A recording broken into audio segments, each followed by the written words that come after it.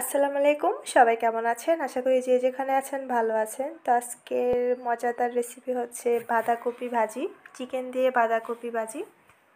আর হচ্ছে চিকেন দিয়েও ভাজিটা আসলে মজা লাগে, তাছাড়া চিংড়ি মাছ, ছোটো চিংড়ি মাছ দিয়ে ভাজিটা করলেও সেই মজা হয়। তবে আজকে আমি চিকেন দিয়ে ছোট ছোট করে চিকেনটাকে কেটে তারপর হচ্ছে আমি ভাজিটা করে নিব। আর এই তো বাঁধাকপি একদম ফ্রেশ, আসলে একদম টাটকা ছিল বাঁধাকপিটা, সেজন্য হচ্ছে ভাজিটা অনেক মজা হয়েছিল।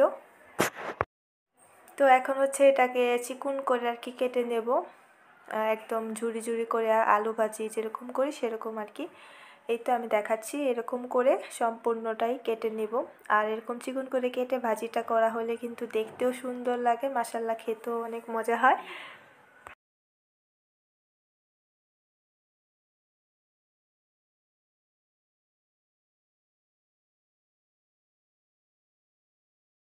এই তো আমার সম্পূর্ণ কাটা হয়ে গেছে, পুরোটাই আমি কেটে দিয়েছি। তো এখন হচ্ছে এটাকে ভালোভাবে ধুয়ে নেব, যদিও ময়লা থাকে না কারণ ফ্রেশ ছিল বাঁধাকপিটা। আর হচ্ছে কাটার পরে তো ভিতরে কোনো ময়লা থাকবে না কারণ একদম ফ্রেশ। তারপরেও 2-3 বার আমি ধুয়ে নেব, তারপরে ভাপ দিয়ে তারপরে এটাকে ভাজি করে নিব।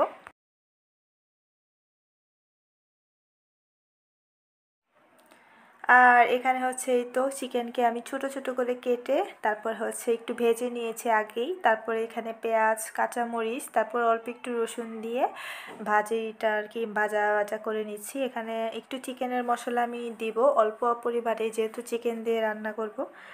আর একটু বেশি বেশি করে আসলে চিকেন দিয়ে রান্না করলে বাঁধাকপিটা কিন্তু খেতে অনেক মজা হয়, তারপরেও কিন্তু এমনিতে খুব ভালো লাগে। এখানে হলুদের গুঁড়ো, তারপর পরিমাণ মতো লবণ, তারপর অল্প একটু আদা রসুন পেস্ট, তারপর আরেকটা হচ্ছে একটু গরম মশলা পেস্ট, সব কিছু দিয়ে এখন একটু ভালোভাবে কষিয়ে নিব।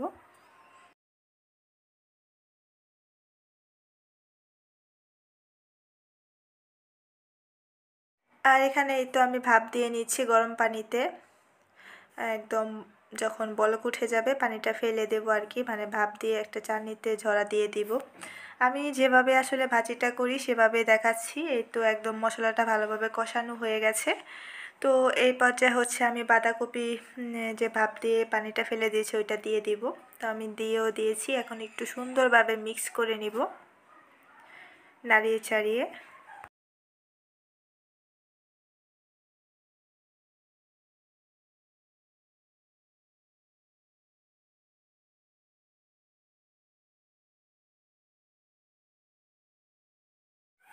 এই তো মিক্স করা হয়ে গেছে একদম ভালোভাবে নাড়িয়ে চাড়িয়ে। তো এখন ঢাকনাতে ঢেকে দেবো আর কি সিদ্ধ হওয়ার জন্য।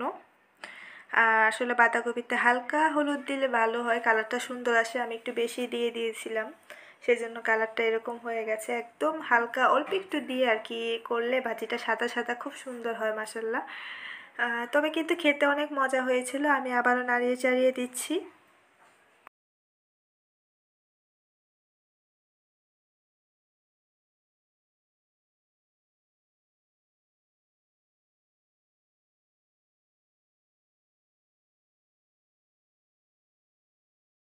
তো বাঁধাকপি ভাজিটা প্রায় হয়ে গেছে, এখন ধনেপাতা দিয়ে দিয়েছি, কাঁচামরিচ দিয়ে তারপর হচ্ছে এখন একটু ভালোভাবে মিশিয়ে নিব, মানে মিক্স করে নিব।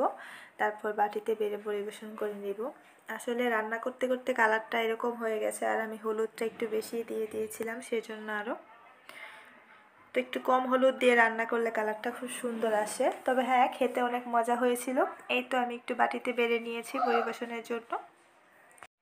তো এখন হচ্ছে খাওয়ার পালা, আর খাওয়ার জন্য একদম তৈরি হয়ে গেছে বাঁধাকপি ভাজিটা। তো আজকের মতো আমার এই ভিডিওটি এখানেই শেষ করে দিচ্ছি। তো সবাই ভালো থাকবেন, সুস্থ থাকবেন। আল্লাহ হাফেজ। আসসালামু আলাইকুম ওয়া রাহমাতুল্লাহি ওয়া বারাকাতুহু।